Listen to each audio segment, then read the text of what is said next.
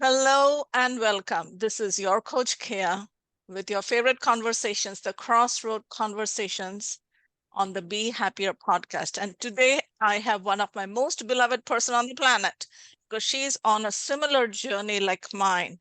Not same, but similar. Nicole Petschek. And I'm not going to tell you how good or great she is. I will ask her to introduce herself to you in her own words. One of the things about this podcast, this show, is that we are raw, real, unfiltered, unedited. So, Nicole, go ahead and tell us what is it that makes you wake up and shine, and what is it that you love the most about life? Let's get started with that.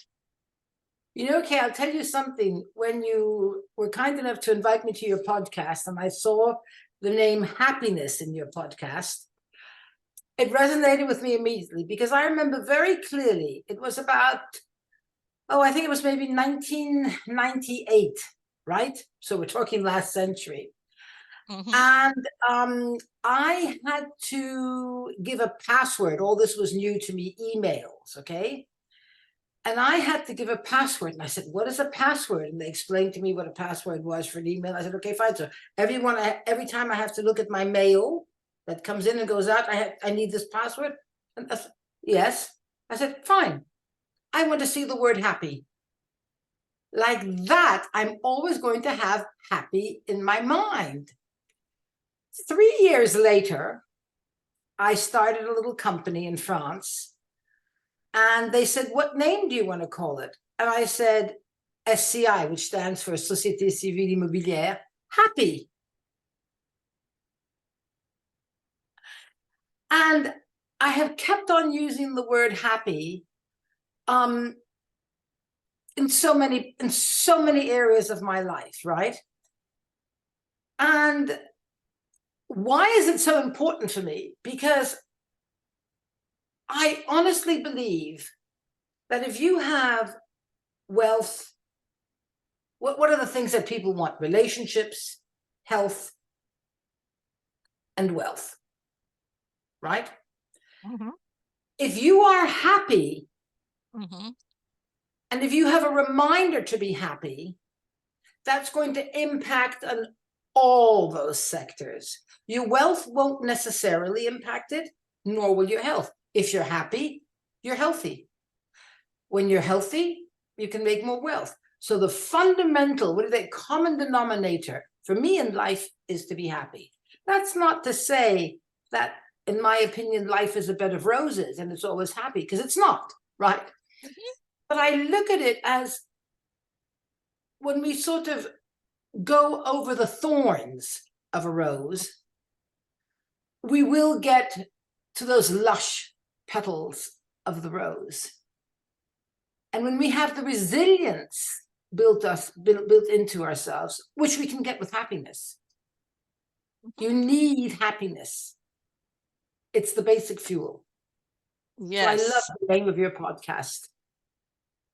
And I wanted to call it the happiness. And I'm like, I don't want to talk to sad people. And some people may be like, oh, I'm confident enough, I'm wealthy enough, I'm healthy enough, but no one can say I'm happy enough. We can always be a bit more happier. And when you're happier, you are healthier, you have fuller self-expression, and you become okay with yourself. Like no matter what's going on, happiness is that wave you're riding. And this is what Buddha left his house for. He left his kingdom, he left his palace, left his wife, left his brand new born son in pursuit of happiness. And being an American, and we will get into that, what is the first thing? The philosophy, the underlying philosophy. In pursuit of happiness, right? Right, so right, yes. Yes. In pursuit of happiness. But for me, if you think about it, I say happiness is the journey. It's not necessarily the destination. No, it is not. It's so if you're in pursuit of it, you're not taking in the moment. And when you take in the moment, even if the moment is scary and bad and sad, because that happens, right? Okay. it's so much easier to be resilient if you have tons of happy hormones stocked in the back of your body.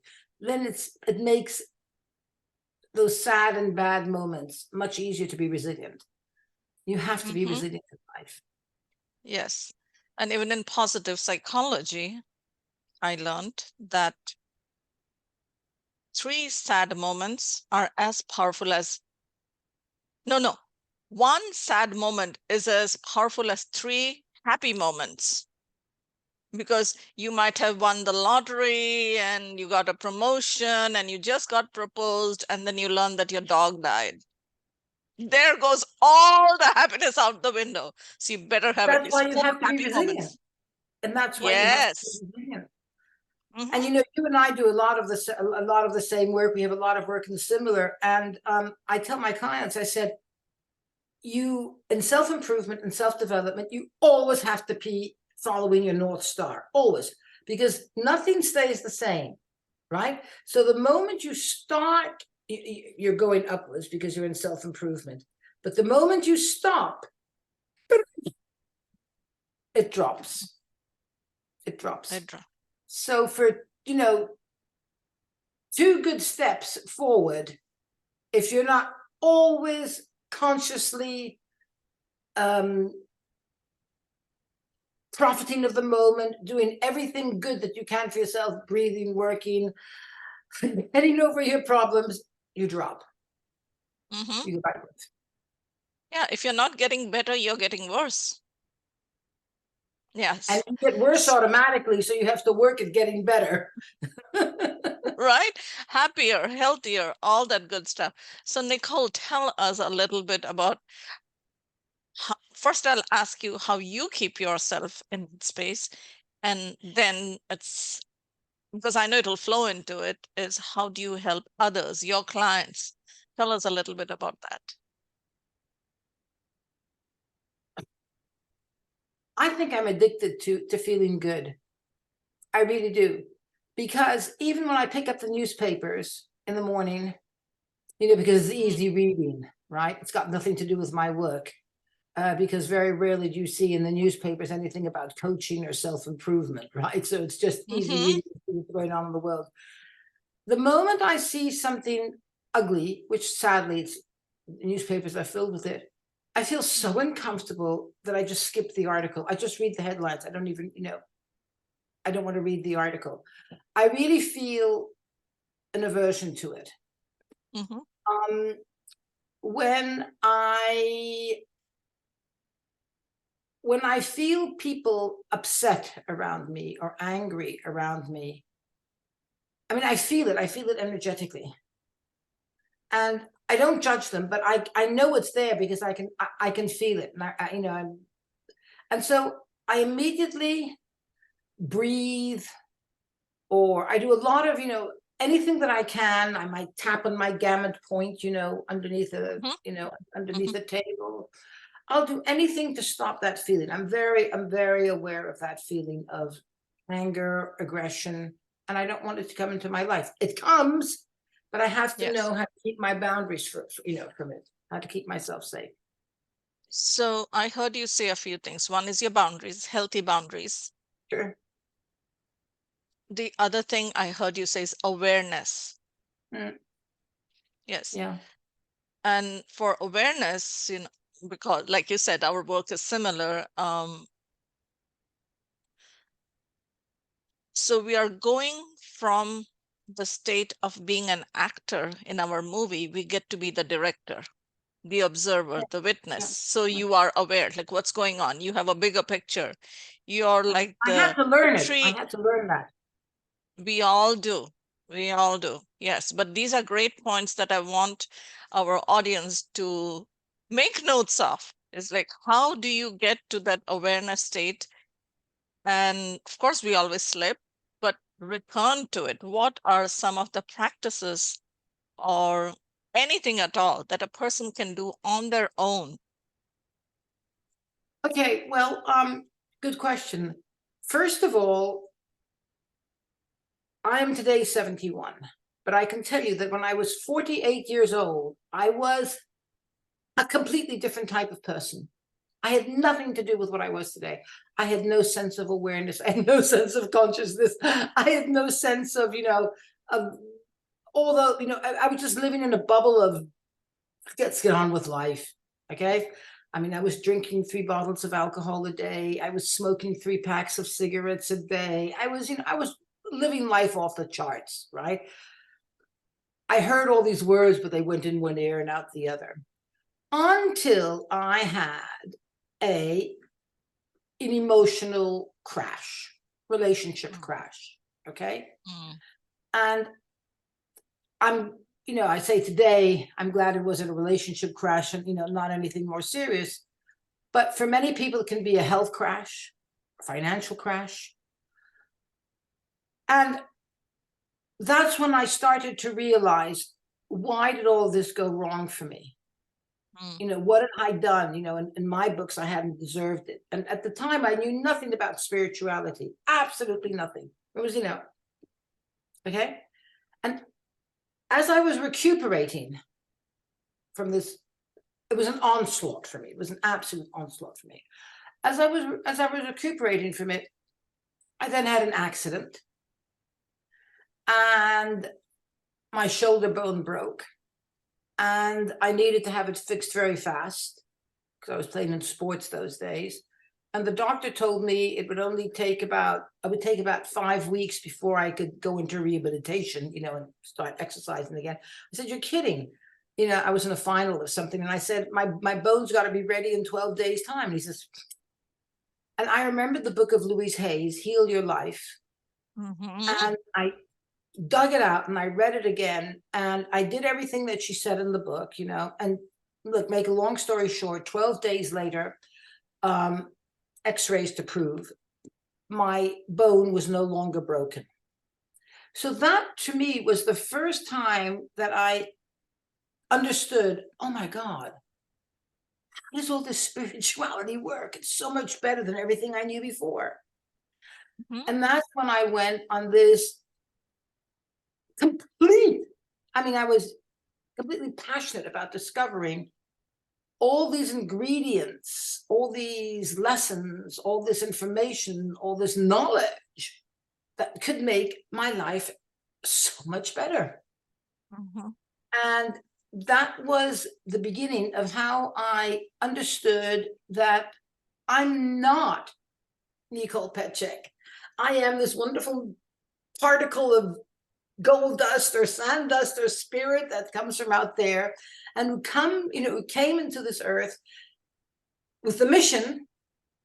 I really believe that the reason we come to life, physical life, is to create and to create what we want.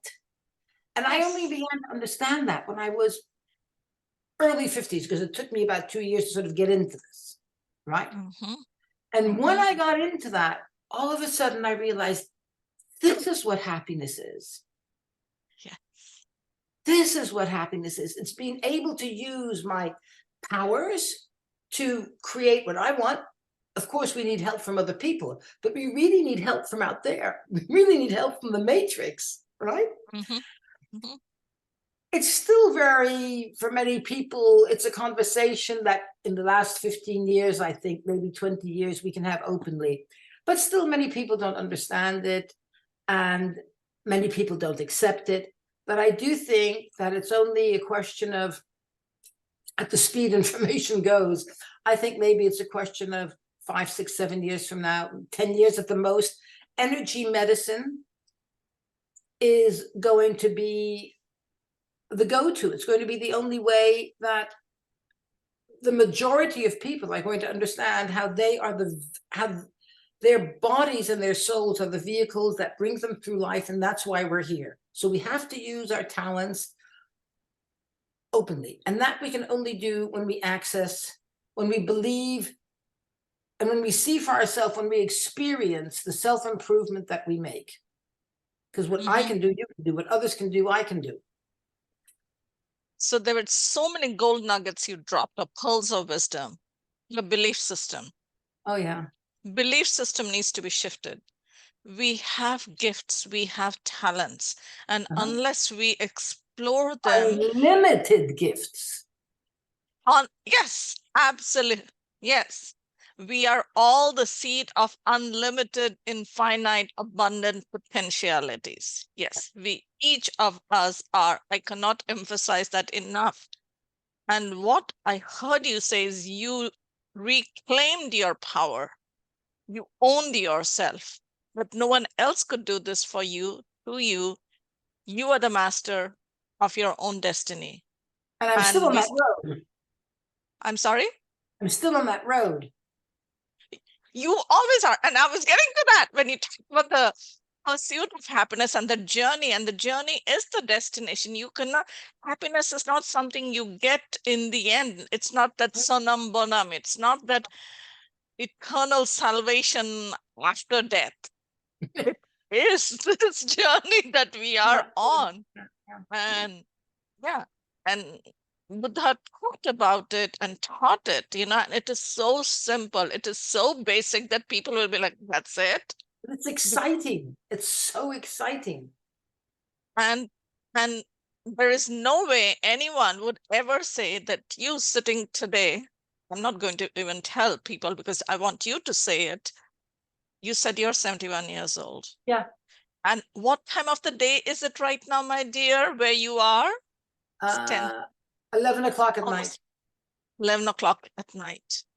And you are just sitting on a Zoom screen in front of your work desk, and this is how you look. And you got started at the age of 48 consciously, right? Yeah, well, So it an is like awakening, yeah. never too late.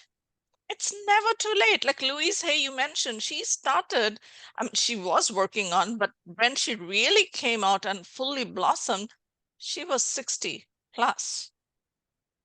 Oh, I think she was younger than that. I think she was much younger than that, because her big turnaround was when she had this cancer in her stomach, I think. And the doctor gave her 3 weeks to live. And 3 weeks to come back before she could have an operation. And she was brought up a Christian Scientist. And so she went home, and that's what the book was all about. She goes home and she says how she sat on the couch and how she had this fever and she went down this vortex. And 2 weeks later, she goes back to the doctor, and the doctor says, I must have made a misdiagnosis. You're clean, right? And she was in her 30s then. She was in her 30s. But she had been educated Christian Scientist. And I don't think she put it into use until she had the diagnosis. And then poof, it came to the surface. And after that, she was off to the races. But when she started teaching, it was a little pamphlet from her story that I know, that she came all the way from New York. She did not fly. She took the train or the bus or something, and she came to Southern California, Santa Monica, and she used to hand out these pamphlets and tell people you can heal your life. Yeah, she was very influential with it was in the beginning of the 80s with the AIDS movement. She was very influential. She was very helpful. Yes. Like when people started finding out who Louise Hay is, she was in her golden years. She did not start off. Yes. Like she already had the Hay Center, I think, in London, which was natural. Everything starts in Europe faster and easier, because when you said in 5 to 7 years, I am thinking, oh, the pharmaceutical industry, oh, the FDA, oh, the hospitals, oh, the doctors, are they going to let go of the control that they have over people's lives today and say like, yeah, energy medicine? No, we have to be fair here. I think there's a lot to be said for allopathic medicine. A lot to be said for allopathic medicine. Absolutely. Okay? But just like religion, there's a lot to be said for religion. However, when religion or allopathic medicine start to steal because the people allow their powers to be given away to beliefs, to I can't live without these pills, to I can't, whatever it is, okay? That's bad. And because information today is so easy to have, so widespread, right? Mhm. The word spirituality is just, it's becoming an everyday word. And people, young children today are growing up with the word spirituality. They don't have to Yes. learn what it is. It's what they are. So give them the chance to grow up and to have a voice in society, and it's going to change. It is changing. It is changing. And even this morning, I was talking to someone from New York, and she said, you know, I think people in California are just happy people and complacent. And I'm like, what? Yeah, you guys are like, you guys are not working too hard and not doing anything. And, she was a young lady, and she says, because we in New York, we believe in working hard and doing this and doing that, and we are in this state. And I have friends in Europe, you live in Europe, and when someone gets sick and they go to a doctor, the doctor may tell them, okay, have this ashwagandha tea and take a rest for 3 days, and then let's talk again. But in US, I have never heard someone say like they went to a traditional doctor because they were not feeling good or not able to sleep or, whatever, low energy, and someone told them take ashwagandha. Oh, let's see, let's run your blood test and let's do this and let's do that. But funnily enough, the John Hopkins and what's the other one, the Sloan Kettering, okay? I believe very much in EFT, emotional freedom technique. And funnily enough, I've been doing this for years now, 20 years, but those two hospitals, which I think their specialty is cancer, they tell their patients, they say, look, we cut it out, whatever it is that you were suffering from. But unless you get yourself a life coach, unless you get yourself a spiritual healer, unless you get yourself somebody who's going to open the doors for you to see, the deeper side of life, your illness will come back. This is what Sloan Kettering and John Hopkins say, and they've been saying it for about at least 15 years already, officially. And I have been in my practice for 18 years. And when people call me and they say like, oh, this is amazing what you do, because I read your testimonials. My friend told me the first question, do you take insurance? And I'm like, no, I don't take insurance. Oh, this is all out of pocket? Oh, okay. So Well, yeah. And I'm talking the about 2000. advantage about self-improvement and all these techniques, keeping happy, staying happy, working on your self-development, is when you do this, you really put off the possibility of the onslaught of problems. You want to do it before it happens, not once it's happened. And that is the thing about spirituality and personal growth and development, is it's both prevention and a cure. Yeah. It is But both, prevention is because 9/10 of the game. yeah, it is the vitamin C. Like the last master class I had, and I will be having one more in October.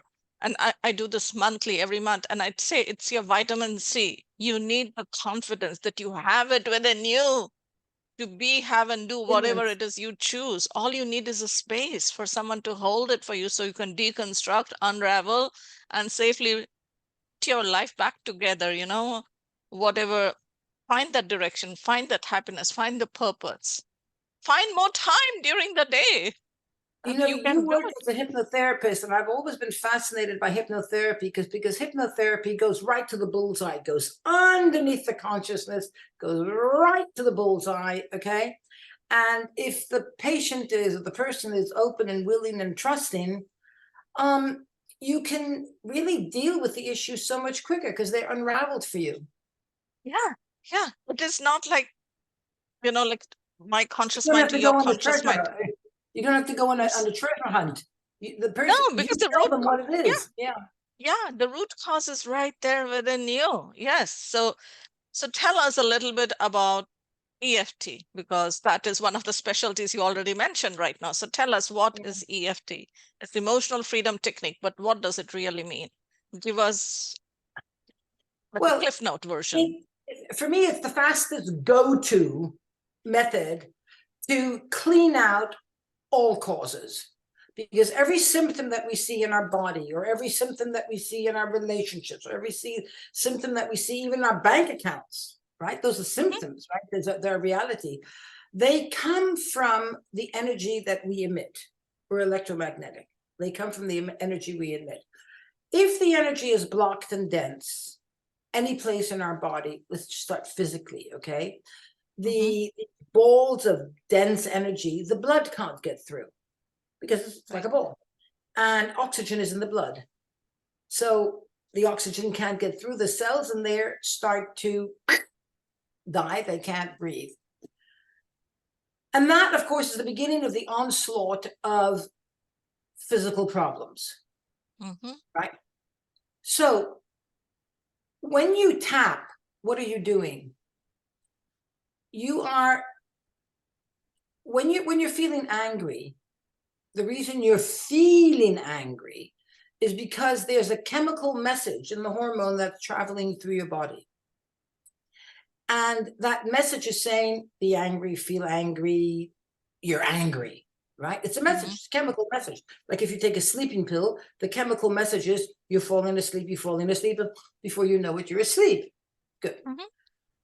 If you tap and you disrupt the chemical message while it's going through the body, the body starts to say, hey, hold on, I'm only, it's like Morse code. You know, if you have tap, tap, tap, 3 long, 3 short, 3 long, but you drop something on the machine during one of the long beeps, the person on the other end of the Morse code doesn't understand the message because the code has been broken.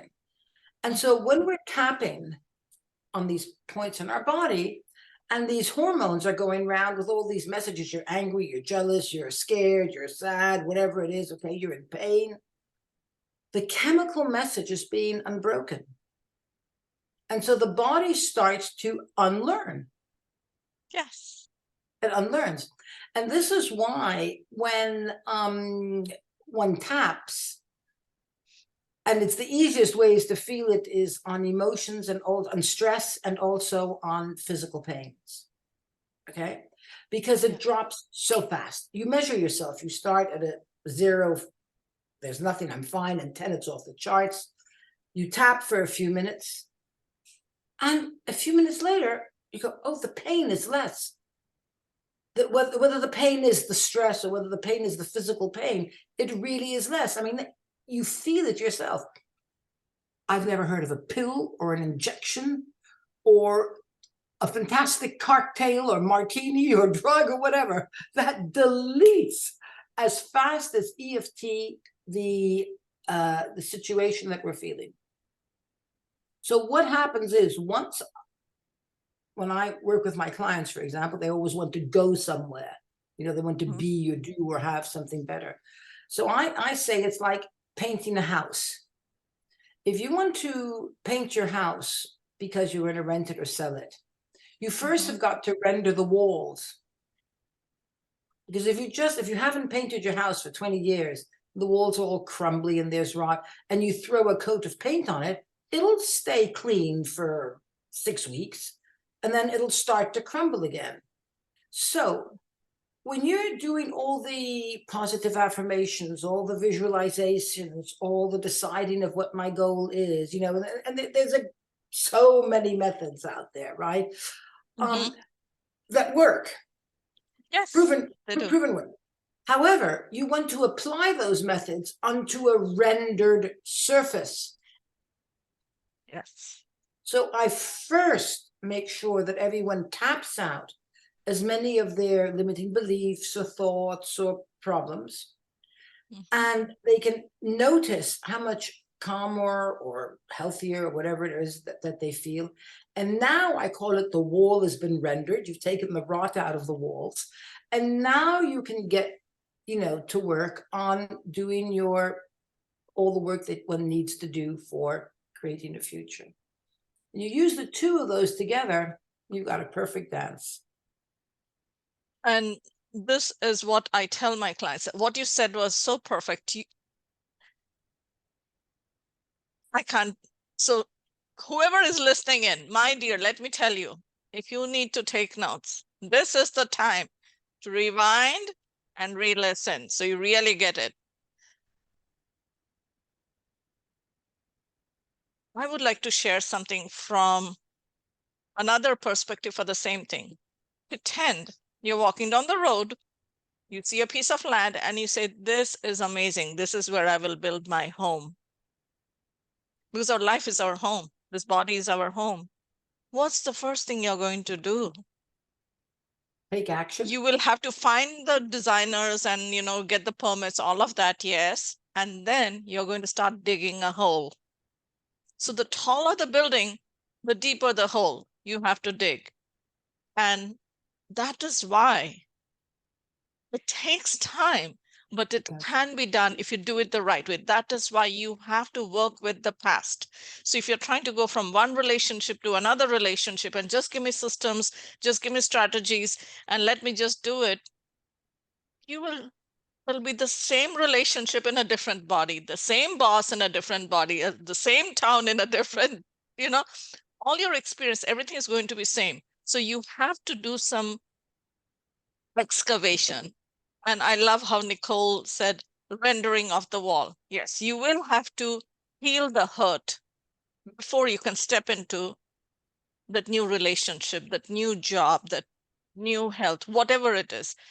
So give yourself that luxury, the time to get into that space where you are clearing out, cleaning up before you start afresh. Because this is a crossroad conversation. So when you are in that crossroad of your life, whether it's your health, your career, your relationship, your finances, whatever it is, let's rewind. Even when you want to run, you have to take a step back and then you can. So this process works when you do that investment in yourself, just looking back in life, because even when you're driving, you still have the rear view mirror.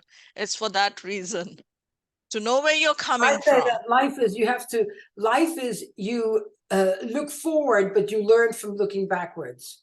And that is what, like facilitators, guides, I would call us guides. That is what we do, we hold the space so you can continue your journey to be happy, to be healthier, to be all those good stuff. Be resilient. But you need that. You need that for yourself. It is not like I'll go to a coach, I will work for 6 weeks, I'll work for 6 months, and everything is going to. No, you need everything. You need the healer, you need the coach, you need the therapist, and you need a person who has walked that path before you. Because these things you don't read from a book and learn. You have to have someone like Nicole, like when you did this, and I have met people and I really have respect for them. Some people have learned stuff from spirit, not a human, but they are rare people.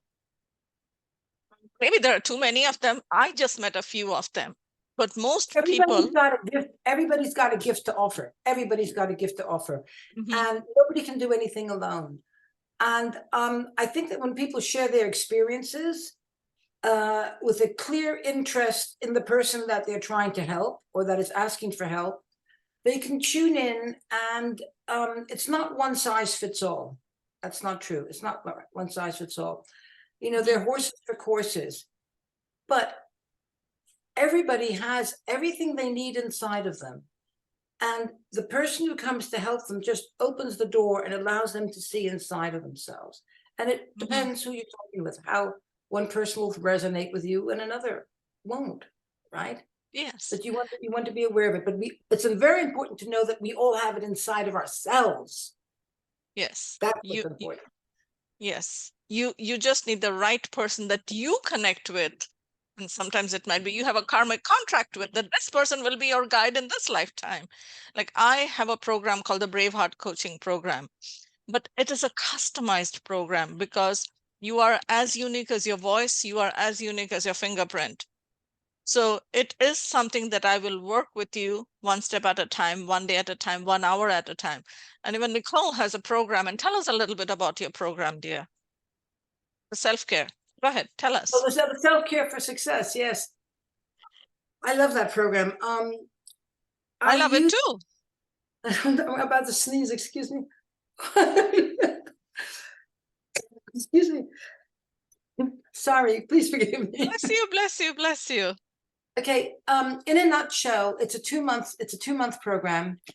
And it's ideal for people who are sitting at a crossroads of their life, who are not necessarily young anymore, right? Not necessarily young. Why? Because when we're young, it doesn't matter to most people. You know, if you've got that sort of determination or go get it type of attitude, time is of no importance. If it doesn't work, I'll try something else, because you've got your whole life ahead of you.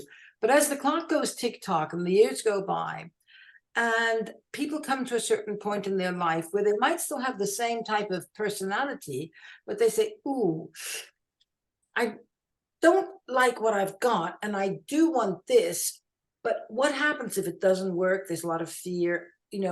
I might lose this to try and get so much more, which I don't have yet. And that results in sitting on the fence and not doing anything, because they don't know what move to make, because all of a sudden time becomes very precious. And what ends up is they end up wasting time by not doing anything because they're scared. And I take a number, I 3 main protocols that I use, because the brain's got an amazing plasticity. It's sort of like learning how to drive a car in the beginning. In the olden days, when you had 3 pedals and 2 feet, how did this work? Right? There was too much to do. And so by taking these 3 protocols and integrating them into one, the brain's plasticity wires it all together. And these 3 protocols allow you to go from mental fog, fear, all sorts of blockers, roadblocks that you see that are not necessarily there, but you feel them, and they're stopping you from taking any action with confidence, with vision, with clarity. And if you don't do anything, you're going to be in the same bad situation 6 months from now, a year from now. It's just going to get worse and worse. So you go into this program and you come out the other side. You've got clarity. You've got strategies how to get there. You've got the vision, which you have developed yourself, right? These protocols allow you to develop it. And basically you've got your driving license, right? But now you need, because the body needs time, right? The body needs time to integrate everything, and it needs about a year. So for 1 year, for the next 10 months, right, the clients have got access to me whenever they want, whenever they come to a problem or a question. They're not alone, they're there, right? So that they can integrate it, and it becomes literally this whole new package. They go up, they upgrade themselves, and they're able to do so much more. So it's really, I call it an in and out program, and you transform in 2 months. You work every single day. You've got between 45 minutes to an hour and a half work that you do in yourselves. They have videos, they have PDFs, they have audios, and they have me. And the outcome is you've gotten off the fence and you're going ahead forward with determination, with knowledge, with confidence. There might be problems, but you've got the tools to overcome them. There will be problems, but you've got the tools to overcome them with confidence. And the best part is it's a high touch program. Your clients have access to you, Nicole. Oh yeah. They have access to you. Yeah. You don't have, it's not like a video you watch and then you're like, oh, now what am I supposed to do? No, they have access to you. Absolutely. It's high tech combined with high touch. I know And both I of say them are that important. because real transformation occurs when there's a catastrophe or a crisis. We might have all the tools we need, right?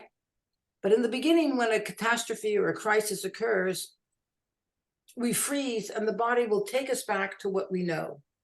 And that's when I say, no, you reach out to me, doesn't matter what time of the day or night, because you're in crisis mode.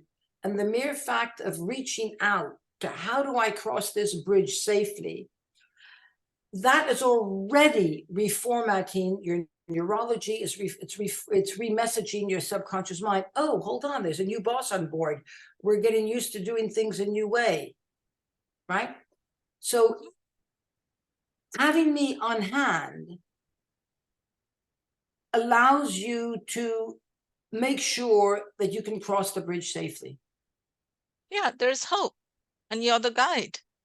Yeah, there's hope. As long as there's hope, you have a reason to live, you have a reason to change, you have a reason to move forward. Otherwise, homeostasis, I mean, you have a choice. Homeostasis, should I revert back to the same old, or tap into the hope, have the guide, work with her, reach out, and know that she's going to answer the phone or answer her text, answer her email, and you can create this new life for yourself. So fear factor can be paralyzing, but when you know you have a guide at hand, it is paralyzing.